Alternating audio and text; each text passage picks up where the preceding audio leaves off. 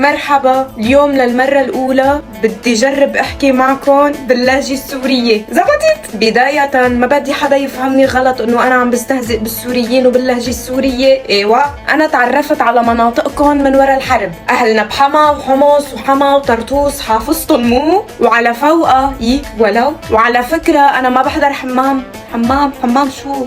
خيتو؟ على فكرة أنا ما بحضر على فكرة أنا لا بحضر ولا بتابع مسلسلات سورية ولا حتى مجربة أحكيها.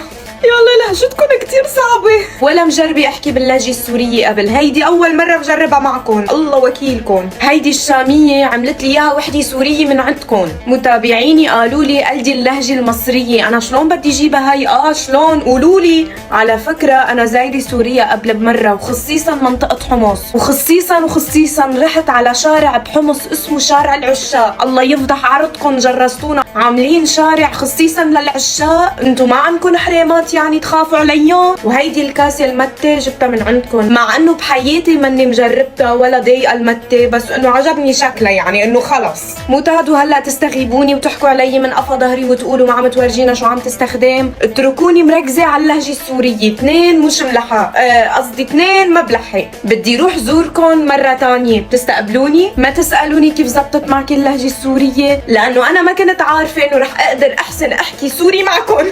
بحس اللهجة السورية مش